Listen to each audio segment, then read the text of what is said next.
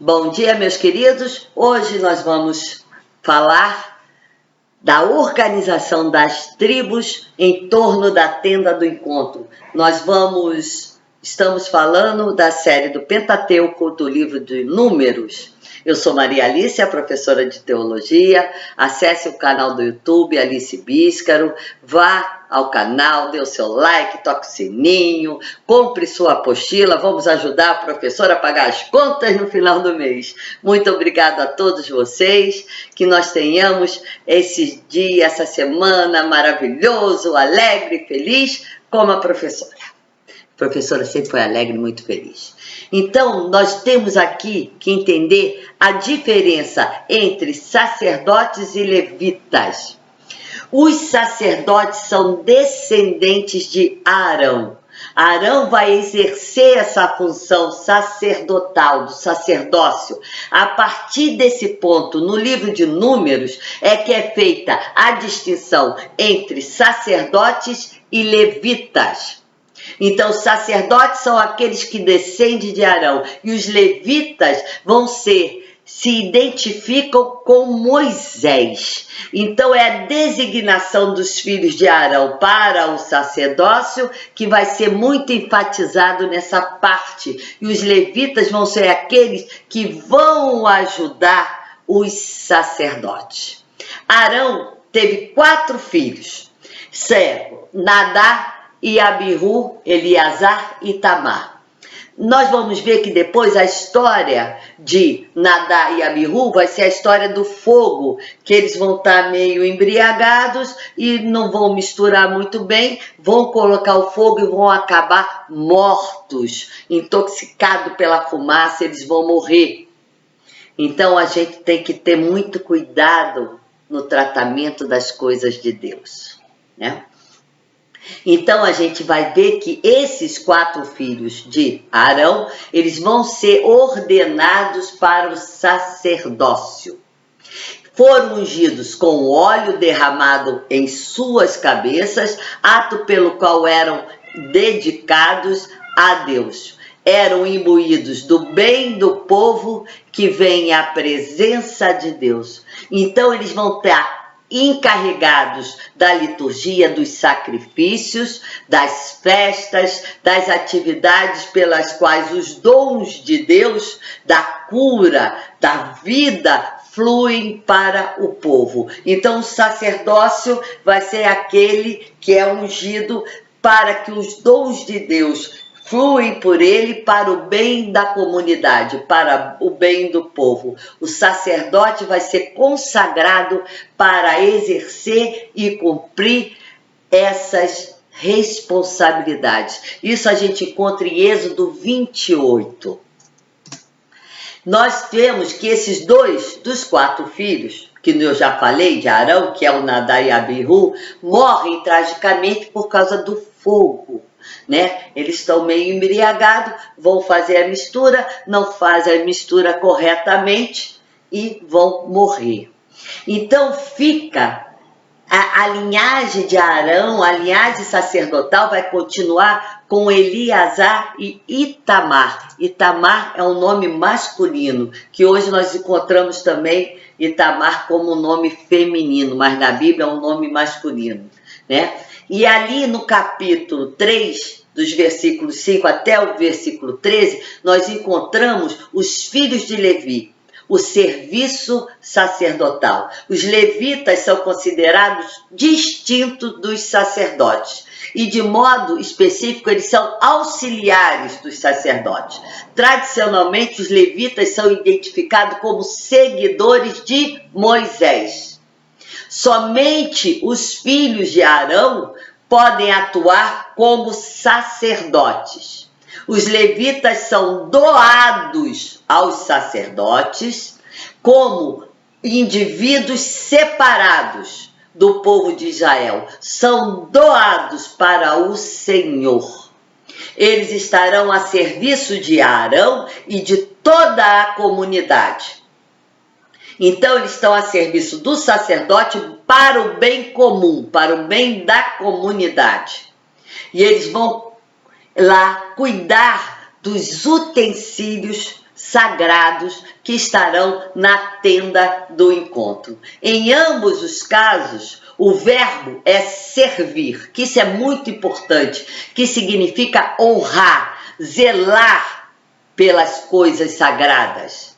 Então, quando eu tenho um serviço, uma diaconia de cuidar das coisas sagradas, eu tenho que estar puro. Eu não posso estar em pecado, porque senão eu sou consumida. Eu estou morta para a presença de Deus. Lá no capítulo 3º, lá do versículo 14 até o 39, nós vamos encontrar os filhos de Levi, o recenseamento das suas funções. Então, os filhos de Levi, eles serão excluídos da contagem de Israel, do recenseamento. Porque se lembram na aula passada, o recenseamento são para as pessoas aptas ao serviço militar. E os levitas não podem fazer o serviço militar porque eles têm que cuidar da tenda do encontro, das coisas sagradas por Deus.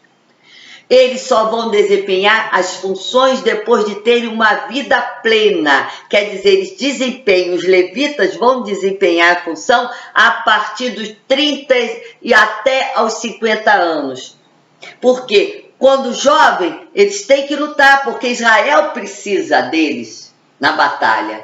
Mas depois de uma determinada idade, eles são separados e consagrados ao serviço sagrado, o serviço para Deus.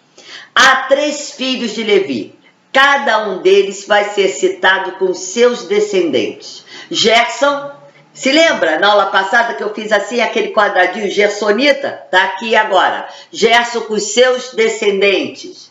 Caate, os caatitas com os seus descendentes. Arã, Hebron, Oziel, Merari, os meranitas e seus descendentes. Então, todos aqueles quadradinhos que eu falei da aula passada, agora nós vamos ver a função de cada um deles. Em seguida, cada seção do clã dos levitas são designados para um ponto cardeal. Se lembra que eu falei? O quadradinho, então direita, esquerda, em cima, embaixo, são os pontos cardeais do santuário. Então, cada um vai ter uma função específica, um cuidado específico com o santuário.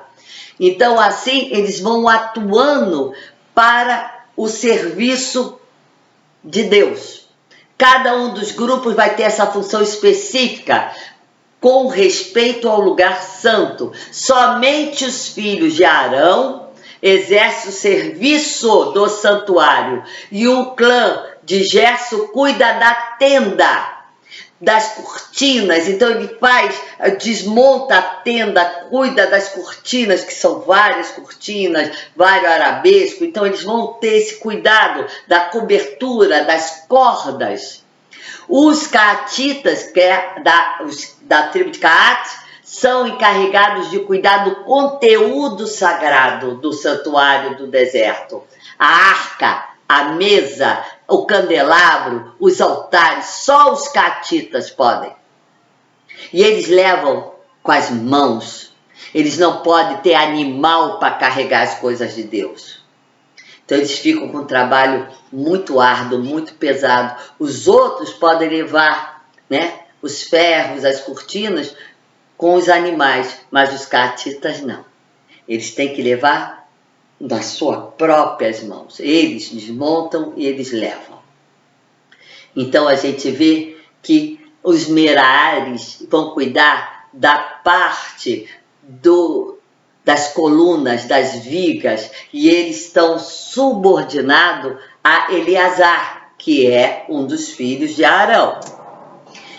No capítulo 3, a gente vai encontrar a seção que retoma o assunto, os levitas como substituto dos primogênitos, porque os primogênitos não eram entregues a Deus, todos os primogênitos, então eles vão fazer essa relação com os primogênitos, Moisés vai ser o Senhor que vai ordenar, faz um recenseamento dos primogênitos do sexo masculino a partir de um mês.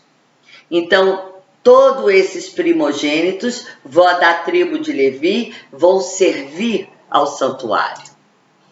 No capítulo 4, a gente já vai ter o recenseamento completado. E o autor sacerdotal vai afirmar que tanto Moisés e Arão vão recensear todo o grupo levítico, como o Senhor assim o ordenara.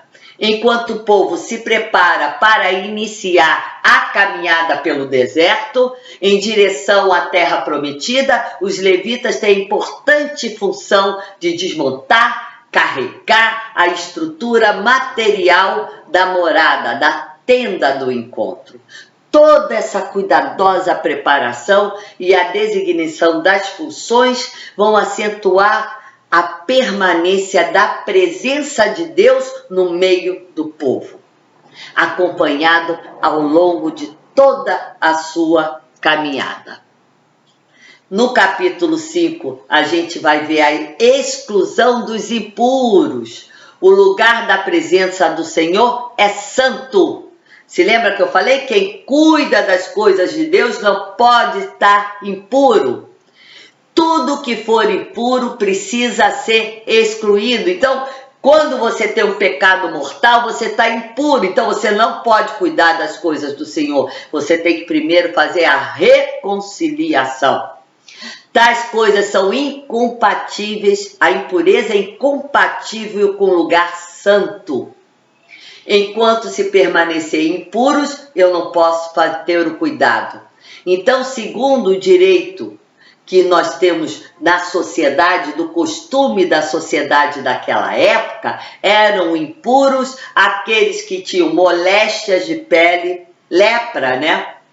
Corrimento dos órgãos genitais e os que tiveram contato também com os cadáveres.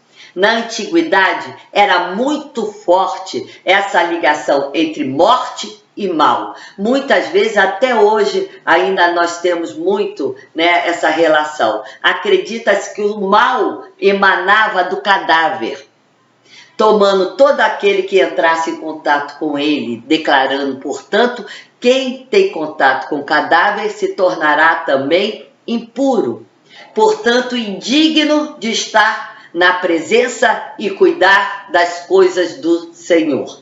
Segundo a lei, quem tocasse no cadáver era banido pelo período estipulado de 7 dias. Está lá em Números 19, versículo 11. Depois a gente vai ver que tem a reparação dos delitos. Segundo a lei, o indivíduo que comete uma transgressão com o outro não só confessará o seu pecado, mas também compensará o mal feito ao outro. Coisa que aqui a gente não anda fazendo muito bem, né? A gente só acha que a gente tem que pedir perdão a Deus. Não, nós temos que pedir também perdão ao outro. Isso é de suma importância, é vital importância para ser feito uma reparação de coração contrito, de verdade. O ritual do julgamento, a gente está no capítulo 5, são outras circunstâncias, né, que a gente passa a ter. O marido, a mulher, a descrição dos ciúmes. O caso apresenta o marido que suspeita da mulher que ela comete adultério e, portanto, dá-lhe um filho que não é dele, porém ele não tem nenhuma evidência sobre esse crime. E assim não pode instaurar um processo legal por meio dos tribunais da época. Quando não há testemunha nem outra prova, o marido vai recorrer ao ordalho. O que é isso? A literatura vai descrever o ordalho, como eu estou falando, em detalhes. A pessoa acusada vai se submeter a algumas práticas, tal como tomar uma porção ou uma porção amarga, tipo um veneno. Por exemplo, se ela abortar, o filho não é do marido. Se ela não morrer e não abortar, o filho é do marido, ela está salva. Entendeu? Ou então caminhar pelo fogo. Se ela não se queimar, ela é absolvida. Se ela se queimar, ela é culpada e vai ser queimada mesmo, né? Então, a gente vê que o processo legal da época é bem diferente do nosso agora. E o nome desse processo legal, quando não há testemunha, é o ordalho. tá?